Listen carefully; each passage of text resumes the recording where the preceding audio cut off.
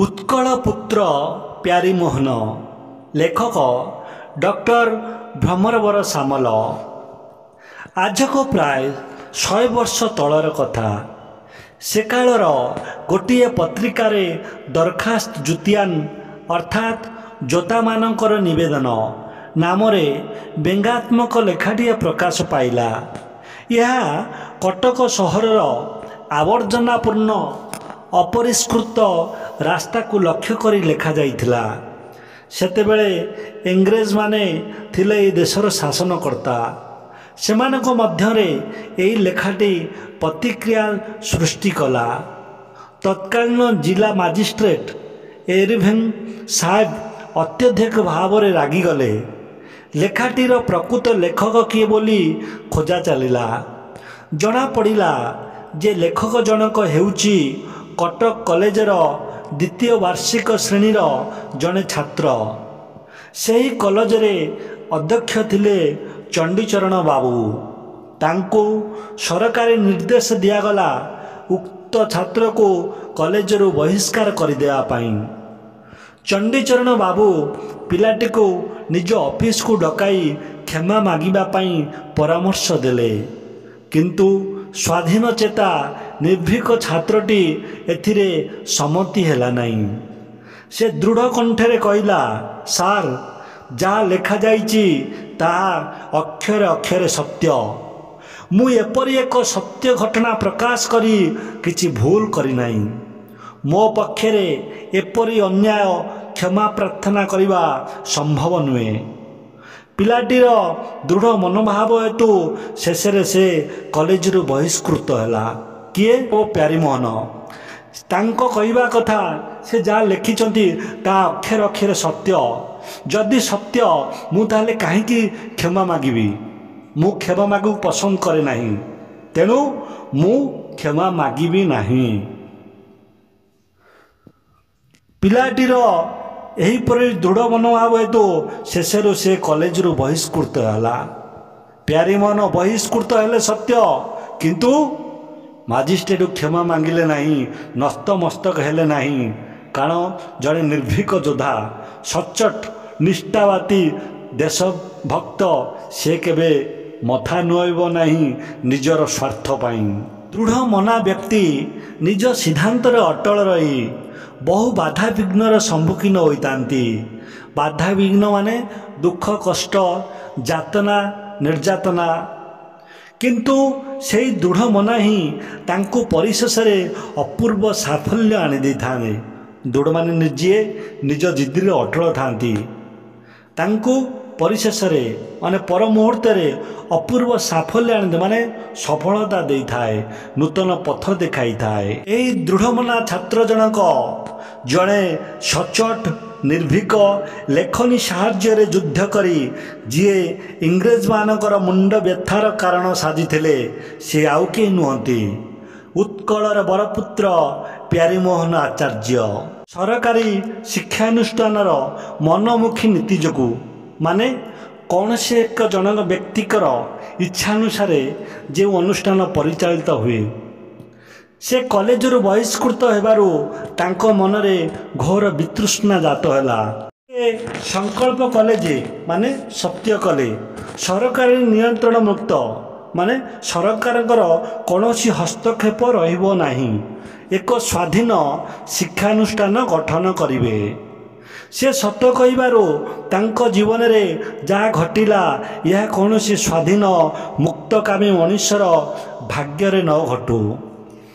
यही कथा से चिंता कले तांकर यही संकल्प जन्म नेला कटक एकाडेमी नाम एक मध्य इंग्राजी विद्यालय। यही विद्यालयटी कटक ठारे 1875 मसीह स्थापन करागला। परे 1879 मसीह यह उच्च इंग्राजी विद्यालय परिणत हैला। प्रथमे प्यारीमोहन निजे यही विद्यालय शिक्षकता करुथिले। विद्यालयर आर्थिक अवस्था को सुधरिया पाई परवर्ती समय सी अन्यत्र चाकरी कले। माने यही शिक्षानुष्ठान केमिति माने परिस्थिति सुधरिब से सी कौन अन्य अनुष्ठान पाठ पढ़ा सहित ये अलग अनुष्ठान कौन चाकरी करुले। ଚାକିରିରୁ ଯାହା ଉପାର୍ଜନ କରୁଥିଲେ ସେ ସବୁତକ ବିଦ୍ୟାଳୟର ପରିଚାଳନା ପାଇଁ ବ୍ୟୟ କରୁଥିଲେ। ମାନେ ଅନ୍ୟ ଚାକିରି ଯେଉଁ ପଇସା କମାଉଥିଲେ ସେ ତାଙ୍କ ଶିକ୍ଷାନୁଷ୍ଠାନ ଯେଉଁ ଗଢ଼ିଥିଲେ ସେଥିରେ ବିନିଯୋଗ କରୁଥିଲେ। ତାଙ୍କ ଦେହାନ୍ତ ପରେ ଏହି ବିଦ୍ୟାଳୟ ପ୍ୟାରୀମୋହନ ଏକାଡେମୀ ନାମରେ ନାମିତ ହୋଇଅଛି। ମାନେ ପ୍ୟାରୀମୋହନଙ୍କ ମୃତ୍ୟୁ ପରେ ସେହି ବିଦ୍ୟାଳୟଟି ତାଙ୍କରି ନାମରେ ଏବେ ନାମିତ ହୋଇଅଛି। କ'ଣ ନା ପ୍ୟାରୀମୋହନ ଏକାଡେମୀ। ଓଡ଼ିଶାର ଶିକ୍ଷା କ୍ଷେତ୍ରରେ ଏହି ବିଦ୍ୟାଳୟଟି ମୁଖ୍ୟ ଭୂମିକା ଗ୍ରହଣ କରିଛି। ବହୁ ସୁନାମଧନ୍ୟ ବ୍ୟକ୍ତି ଏଠାରେ ଶିକ୍ଷକତା କରିଥିଲେ। ଭାରତର ସ୍ୱାଧୀନତା ସଂଗ୍ରାମର ମହାନ ରଥୀ ଲାଲ ବାଲ ପାଲଙ୍କ ମଧ୍ୟରୁ ବଙ୍ଗଳାର ବିପିନ ଚନ୍ଦ୍ର ପାଲ ଏହି ବିଦ୍ୟାଳୟରେ ପ୍ରଧାନ ଶିକ୍ଷକ ଭାବେ କିଛି ଦିନ କାର୍ଯ୍ୟ କରିଥିଲେ। ବିପିନ ଚନ୍ଦ୍ର ପାଲ କୌଣସି ସାଧାରଣ ମଣିଷ ନଥିଲେ, ଜଣେ ଅସାଧାରଣ ବ୍ୟକ୍ତିତ୍ୱର ସେ ଅଧିକାରୀ ଥିଲେ।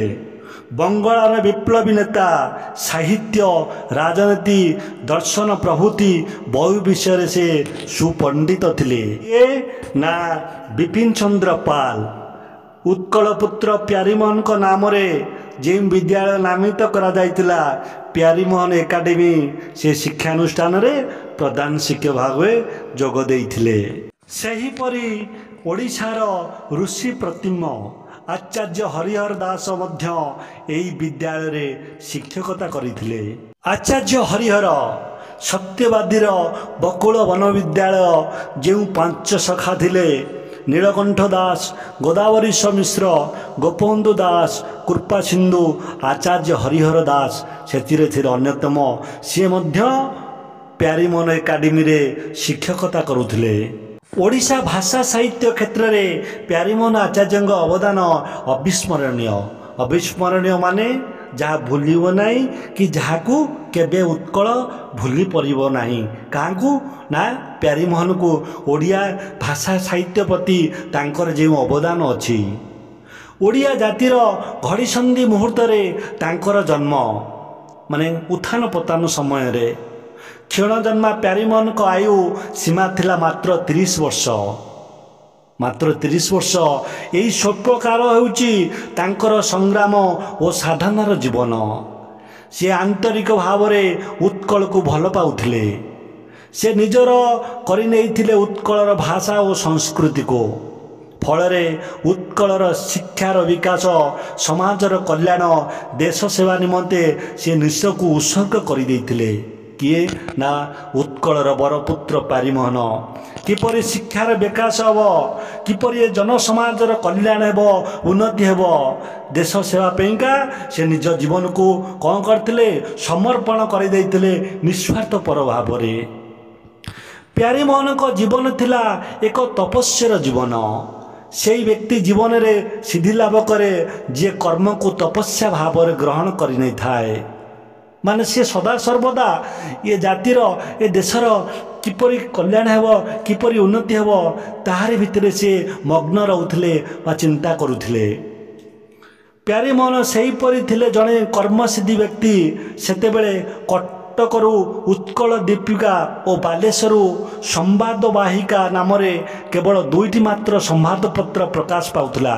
ସେତେବେଳେ ଯେଉଁ 2ଟା ସମ୍ବାଦପତ୍ର ପ୍ରକାଶ ପାଉଥିଲା ତାର ନାମ କ'ଣ ନା ଉତ୍କଳ ଦୀପିକା, ବାଲେଶ୍ୱରରୁ ସମ୍ବାଦବାହିକା। ସେ ଅନୁଭବ କଲେ ଯେ ଏହା ଯଥେଷ୍ଟ ନୁହେଁ।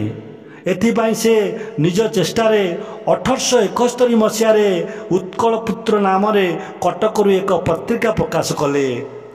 ପ୍ୟାରୀମୋହନ ଓଡ଼ିଶାର ବିଭିନ୍ନ ସମସ୍ୟା ଓ ଅସୁବିଧାକୁ ଠିକ୍ ଭାବରେ ଉପସ୍ଥାପନ କରି ସେ ଉକ୍ତ ପତ୍ରିକାଟିକୁ ପରିଚାଳନା କଲେ। ଏହି ପତ୍ରିକାର ସେ ଥିଲେ ଜଣେ ସୁଦକ୍ଷ ସମ୍ପାଦକ। କିଏ? ପ୍ୟାରୀମୋହନ। ଏହା ହେଉଛି ତାଙ୍କ ଛାତ୍ର ଜୀବନର ଏକ ଉଲ୍ଲେଖଯୋଗ୍ୟ କୃତି। ଦରଖାସ୍ତ ଜୁତିଆନି ଲେଖାଟି ଏହି ପତ୍ରିକାରେ ସେ ପ୍ରକାଶ କରିଥିଲେ। ପ୍ରଥମେ ଏହା ଥିଲା ହସ୍ତଲିଖିତ। ହସ୍ତଲିଖିତ ମାନେ ହାତ ଦ୍ୱାରା ଯେଉଁ ଲେଖାଯାଏ ତାକୁ କୁହାଯାଏ ହସ୍ତଲିଖିତ। ଏହି ହସ୍ତଲିଖିତ ଉତ୍କଳ ପୁତ୍ରର ସୁନାମ, ପ୍ରଭାବ ଓ ପ୍ରତିଷ୍ଠାରେ ମୁଗ୍ଧ ହୋଇ କର୍ମବୀର ଗୌରୀଶଙ୍କର ରାୟ निज प्रेसरे ताकू छापिबार व्यवस्था करिदेइथिले। फलरे सेई दिन ठारू उत्कल पुत्र छापा अक्षर रे आत्मप्रकाश कला गौरीशंकर राय द्वारा। एथिरे तरुण प्यारेमोहन ब्रिटिश शासन अन्याय अविचार और सेतेबेलर सामाजिक कुसंस्कार विरोध में निर्भीक भाव लेखा माने लिखुथिले। प्यारेमोहन आचार्य ब्रिटिश मानक विरोध में से अन्याय अत्याचार केवल करुथिले लोक मानक प्रति जनसाधारण प्रति से निर्भीक भाव लेखिक प्रकाश करुथिले, जेउथिपाई तांको पूर्वरु कॉलेजरु बहिष्कार मध्य करा जायथिला। ओडिशा स्वतंत्र प्रदेश हेबार बहु पूर्वरु प्यारेमोहन ओडिया भाषा अंचल को नहीं एक स्वतंत्र ओडिशा प्रदेश परिकल्पना करिथिले, चिंता करिथिले। से 1875 मसीह ओडिशा इतिहास नाम खंडे पुस्तक रचना करथिले। एही पुस्तकटी सेतेबेले स्कूल पाठ्यपुस्तक रूपे मनोनीत होइतिला। यह हेउची ओडिया भाषा रे लिखित प्रथम इतिहास पुस्तक जा प्यारेमोहन द्वारा लिखा जाइथिला। प्यारेमोहन एक आदर्श नीतिमय जीवन यापन करुथिले। प्रलोभन ठारू से थिले बहु दूर रे। प्रलोभन माने आशा लोभ, लोभ ठारू से बहुत दूर थिले। से जी देश सेवा को निजर व्रत करथिला सी केमिति लोभ करिवो? समस्त तो था तार निजर, तार किए थिला पर कि से निजको लोभ करिकी संचय करिवे। इंग्रेज सरकार को द्वारा से डेप्यूटी मजिस्ट्रेट भावे एक नियुक्ति पाइथिले, किंतु स्वाधीन चेता प्यारेमोहन ताकू दृढ़ भाव में प्रत्याख्यान करिथिला। से एपरि निष्ठावादी निस्वार्थवादी थे। इंग्रेज को द्वारा मजिस्ट्रेट चाकरी को प्यारेमोहन तुच्छ मन करथिले। सरकार मते जदि इंग्रेज बड़लाट पदवी दियंती ताकू मु ग्रहण करने को प्रस्तुत नहीं। कि निस्वार्थ कि त्यागपुत्र जीवन, यह एक साधारण मनुष्य पक्षे केबे संभव हो न पारे। कहीं प्यारेमोहन देशर सेवा को एपरी भाव व्रत करने, देश सेवा प्रति सी एपरी मग्न थिले। सी इंग्रेज मानकर बड़ बड़ पद पदवी को तुच्छ मन करथिले, हेय मन करथिले, घृणा करुथिले। जो इंग्रेज माने आमको शासन करुचंदी, आम प्रति अत्याचार करचंदी, अविचार करचंदी, मु तांकरी दासत्व ग्रहण करिवि ना? तांको द्वारा केबे संभव हेई नथिला प्यारेमोहन द्वारा। यही महान त्यागी पुरुषंकर जन्म कटक जिलार महांगा थाना अंतर्गत पशुलंडा ग्राम 1852 मसीहा अगस्ट मास 5 तारिख रे हेतिला। प्यारेमोहन जन्म कौटी हेतिला ना कटक जिला महांगा थाना अंतर्गत पशुलुंडा ग्राम 1852 मसीहा अगस्ट मास 5 तारिख रे। मात्र 30 वर्ष बयस 1881 मसीहा डिसेम्बर 28 तारिख रे तांकर देहांत होइतिला। कारण प्यारेमोहन मृत्यु होइतिला मात्र 30 वर्ष बयस 1881 मसीहा डिसेम्बर 28 तारिख रे। प्यारेमोहन थिले पितामातांकर सुयोग्य संतान।